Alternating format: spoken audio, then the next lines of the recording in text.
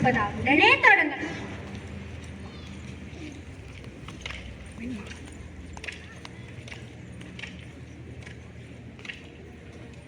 பெரிய மருது, ஏதேனும் செய்தி உண்டா?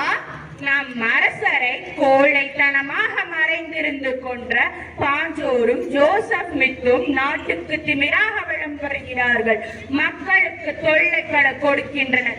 சிவகங்கை சீமை ஆங்கிலேயரின் அதிகார சங்கிலியால் கட்டுண்டு கிடக்கிறது.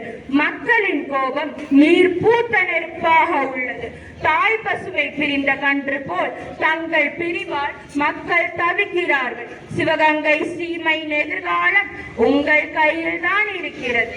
மன்னர் முத்துவடுகநாதரை எரித்தார் நீ அணைந்து விடவில்லை, அணைந்து விடவில்லை. என் நெஞ்சில் எரிந்து கொண்டிருக்கிறது. மன்னரை கொன்ற வெள்ளை பரங்கினர்களை பழி தீர்க்கும் வரை அது அணையாது, ஒருபோதும் அணையாது. என் நாட்டுக்கு சுதந்திரம் வாங்காமல் ஓய மாட்டேன். என் மக்களை மீட்காமல் உறங்க மாட்டேன். சிங்கங்கள் அரசாண்ட சிவகங்கை சீமையின் அரியாசனத்தில் சிறுநரிகளா இனியும் அனுமதிக்க முடியாது.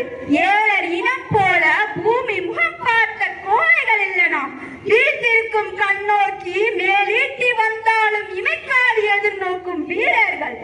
புலியை முரத்தால் விரட்டிய வீர தமிழச்சின் பரம்பரையில் வந்தவர்கள். சூதுமதியால் மன்னர் கொல்லப்பட்ட அதே காளையர் கோயிலில் வெள்ளை பரங்கினர்களின் தலைகள் கடற்காய்கள் போல் நம் காலடியில் உருள வேண்டும். மீண்டும் சிவகங்கை சீமையில் ஹனுமர் கொடி பறக்க வேண்டும். மருது சகோதரர்களே, படைகள் தயாராகட்டும். தாயே, நீங்கள் கூறுவது அத்தனையும் உண்மை, சத்தியம். ஆனால் வீரத்தை மட்டும் நம்பி நாம் களமிறங்க கூடாது. இந்த முறை மிகவும் எச்சரிக்கையாக இருக்க வேண்டும். அதனால் போர் வேண்டாம் என்கிறீரோ? இல்லை இல்லை, புலி பதுங்குவது பாய்வதற்காக தான். நம் படை வலிமையை கூட்ட வேண்டும், நவீன ஆயுதங்களை வாங்க வேண்டும். மேலும் ஆங்கிலேய படையினர் தங்களை தீவிரமாக தேடி வருகிறார்கள். நாம் உடனே விருப்பாட்சி கோட்டைக்கு செல்ல வேண்டும். அங்கு கோபாலரிடம் ஆலோசனை பெறலாம். சரி, உடனே ஏற்பாடு செய்யுங்கள். நான் மன்னர் சமாதிக்கு சென்று விட்டு வணங்கிவிட்டு வருகிறேன். ஆகட்டும் அரசியாரே.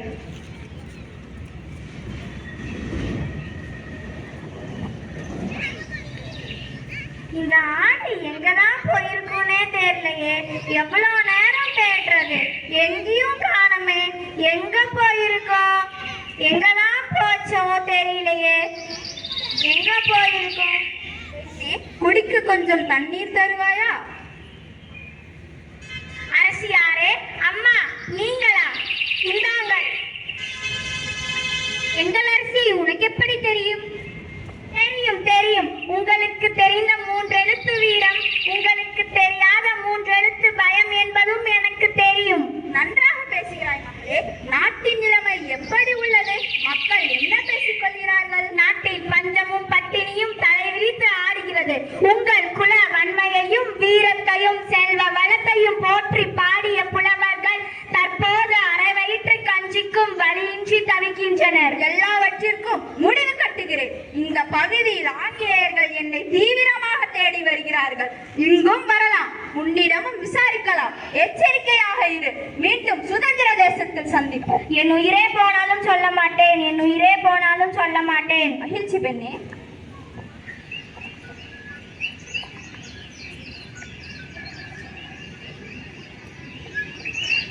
சரி, நம்ம ஆட போய் தேடலாம். எங்கதான் போச்சுன்னே தெரியல. Velu Nachiyar have gone this way. We can ask that prophet woman. இந்த பக்கம் வேலுநாச்சியார் வந்தாரா? நீ பார்த்தாயா? எங்க ராணிய பார்த்தேன். எந்த பக்கம் சென்றார்கள்? அதை நான் சொல்ல மாட்டேன். Tell them that their hands will be cut off and kill them if they refuse to say. சொல்லவில்லை என்றால் உன் கைகள் துண்டிக்கப்படும். என் கைகள் துண்டிக்கப்பட்டாலும் நான் சொல்ல மாட்டேன். என் கைகள் மட்டுமல்ல, என் உயிரே போனாலும் அரசியார் இருக்கும் இடத்தை காட்டிக் கொடுக்க மாட்டேன். ஓ, அப்படி என்றால் வெட்ட வேண்டியது ஒன்றார்கள் அல்ல, ஒன்றாக.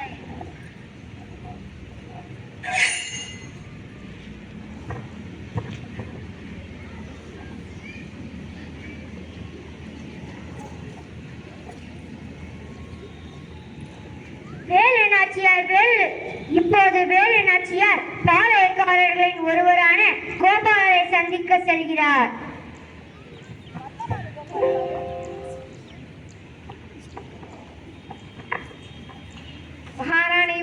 విన్ చేస్తున్నారు. వీరత్వానికి ఆ మార్పేరాన రాణి వారు విన్ చేస్తున్నారు. స్త్రీలలో నారీ శిరోమణి విన్ చేస్తున్నారు. తమిళి రాగతో మాయి రాజ్మహల్ కరువపడుతుంది. వీరేంద్ర సామపడి ఇక్కడకు రావాలి.